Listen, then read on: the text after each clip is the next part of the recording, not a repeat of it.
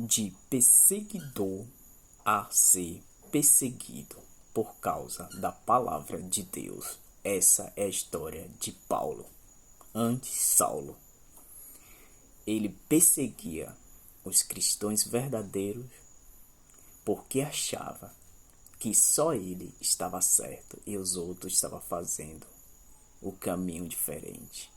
Até que um dia Jesus cruzou o seu caminho e ele enxergou a verdadeira mensagem do Evangelho. Se transformou, acolheu e de perseguidor tornou-se perseguido por causa do Evangelho. Mudou o nome de Saulo para Paulo e caminhou ao lado de Deus.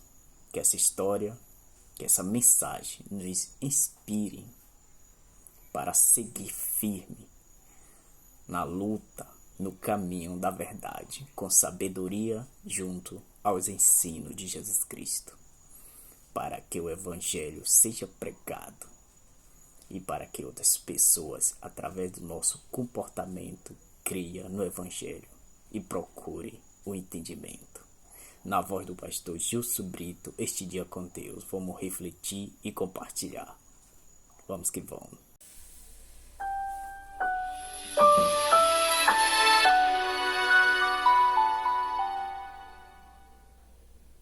E aí, estamos juntos mais uma vez. O texto para hoje, livro de Atos dos Apóstolos, capítulo 8, vou ler o verso 3. Isso, Atos dos Apóstolos, capítulo 8, verso 13, está escrito assim: Saulo, porém, queria destruir a igreja. Indo de casa em casa, arrastava homens e mulheres, lançando-os na prisão. Você já ouviu falar a respeito de Saulo? Esse é o mesmo Paulo. Ele é chamado de Saulo nos primeiros capítulos do livro de Atos dos Apóstolos e é o seu nome hebraico. Nos capítulos seguintes, ele é chamado de Paulo, a mesma pessoa. A diferença é que o Paulo é do latim. Alguns acreditam que Saulo seria uma referência ao homem antes da conversão e Paulo é o novo homem, o homem convertido. Mas, como eu disse, na verdade é o mesmo homem, é a mesma pessoa. O fato é que a história de Saulo ou de Paulo, o apóstolo de Cristo, impressiona por diversas razões. Talvez a principal seja a grandiosa transformação que esse homem experimentou em suas convicções religiosas e em seu propósito de vida. Veja que quando ele é apresentado inicialmente, ele está querendo destruir a igreja cristã, os seguidores de Cristo. Indo de casa em casa, arrastava homens e mulheres, lançando-os na prisão. E se você avança comigo para o capítulo 9, versos 1 e 2, está escrito assim: Saulo, respirando ainda ameaças e morte contra os discípulos do Senhor, dirigiu-se ao sumo sacerdote e lhe pediu cartas para as sinagogas de Damasco, a fim de que, caso achasse alguns que eram do caminho, tanto homens como mulheres, os levasse presos para Jerusalém. Interessante que a prisão e morte dos cristãos, assim em sentido figurado, eram como o próprio ar que Saulo respirava. O interesse dele era destruir completamente a igreja cristã que estava no seu início. Ele era um jovem judeu brilhante, um homem muito culto, destacado no contexto da igreja judaica.